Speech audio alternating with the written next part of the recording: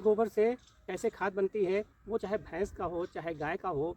हम अगर गाय का हो तो बहुत ही अच्छा होता है, और नहीं है तो जो भी आपके पास गोबर है उसका कैसे खाद बनती है वो हम पूरा बताते हैं। चलिए हम चलते हैं। भाइयों, ये है ड्रम, और अगर आपके पास ड्रम नहीं है, अगर आप ज़मीन में बनाना चाहते हैं तो ज़मीन में भी आप आसानी से बना जा सकते हैं।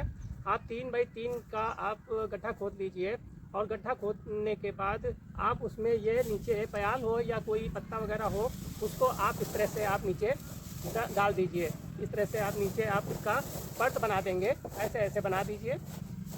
तो इस तरह से ये नीचे परत हो गई एक तरह से। तो 3 इंच का जो है आप इस तरह से बना दीजिए, और बनाने के बाद फिर आप ये गोबर इसमें डालिए। ये गोबर है, हम इसमें गोबर डाल देते हैं इस तरह से।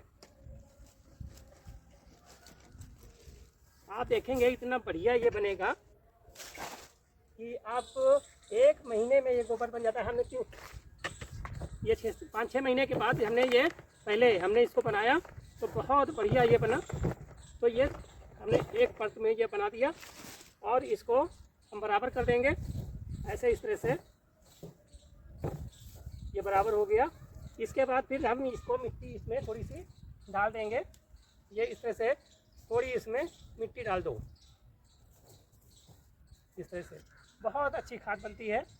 इस तरह से मिट्टी डाल दिया हमने, और उसके बाद फिर पानी छिड़क दीजिए इस तरह से, हल्का हल्का इसमें पानी इस तरह से छिड़क दीजिए। उसके बाद फिर जो है ये इसमें प्याल डालें, या जो है ये पत्ता ये सब डाल दीजिए। ये बहुत अच्छी तरह से ये बन जाता है किसान भाइयों।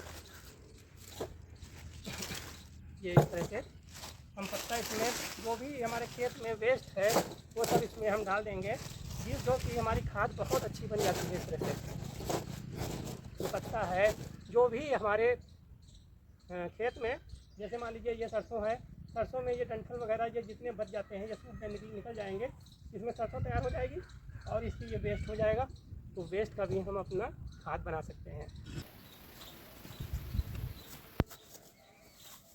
तो किसान भाइयों, आपने देख लिया कि ये हमने इसमें सब जितना भी यहाँ पर ये कचरा था, ये यहाँ पर वेस्ट अपने खेत का इसमें हमने डाल रहे हैं। और इस डाल करके आप देखेंगे कि ये सब लकड़ी वगैरह सब आप तोड़ करके इसमें आप रख दीजिए, और ये धीरे धीरे करके ये सब जो है इसमें खाद बन जाएगी। इस तरह से हमने ये कर दिया। उसके बाद जितना गोबर है ये फिर हम इसमें डाल देते हैं, इस तरह से डाल देंगे। डाल करके इसको, इस गोबर को हम फिर फैला देंगे, इसको ऐसे करके इसको पूरे उसमें हम फैला देंगे। ये इस तरह से ऐसे ऐसे इसको हम पूरा हमने फैला दिया। और फैलाने के बाद इसी तरह से आप 4-5-6 परत जितनी भी परतें हैं वो आप इस तरह से कर सकते हैं। तो इसके बाद फिर इसको आप इसमें ढक दीजिए इसका पूरा, और ढकने के बाद थोड़ा अब इसमें मिट्टी और इसमें हम डाल देंगे।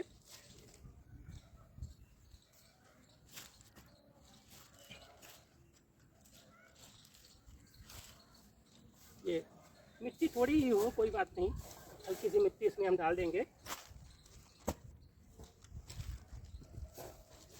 हमने अपनी बात की ऐसे ही ले ली हमने मिट्टी थोड़ी सी। इसी तरह से आप अपने यहाँ भी आप ले सकते हैं। ये ईटा आ गया, इसको हम अलग करते हैं, और फिर इसमें हम पानी का छिड़काव कर देते हैं।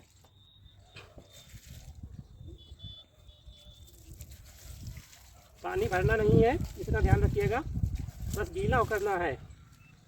ये हमने इतना डाल दिया।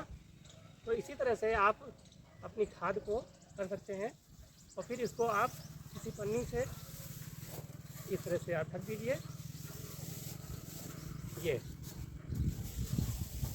ये पन्नी को आप हमने ढक दिया, पन्नी से ढक दीजिए, पत्तों से ढक दीजिए, या प्याज से ढक दीजिए इस तरह से।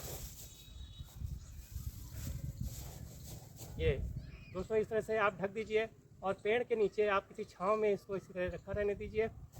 फिर आप 1 महीने 15-15 दिन पर आप इसको चलाते रहिए। जो DAP आप यूरिया पोटास ये सब आप डाल रहे हैं तो उसमें आप देखेंगे कि बहुत उसमें आपको बदलाव कम मात्रा में डालना पड़ेगा। और उसमें जानते हैं कि केंचुआ आ जाएगा, केंचुए आने का काम करेंगी। आप गोबर आप अपने खेत में जब डालेंगे तो आपके खेत में नमी जब भी होगी तब केंचुआ उसमें आपको देखने को मिलेगा, जो कि आपका केंचुआ मिट्टी को बहुत ही भुरभुरा बना देता है। जैसा कि आप खाद डाल करके अपने खेत को कड़ा कर लिया है और उसकी मिट्टी ख़राब हो गई है, जो आप अपने यहाँ गोबर की कंपोस्ट खाद जो आप बना करके डालेंगे तो आपकी मिट्टी बहुत ही नरम हो जाएगी, भुरभुरी हो जाएगी।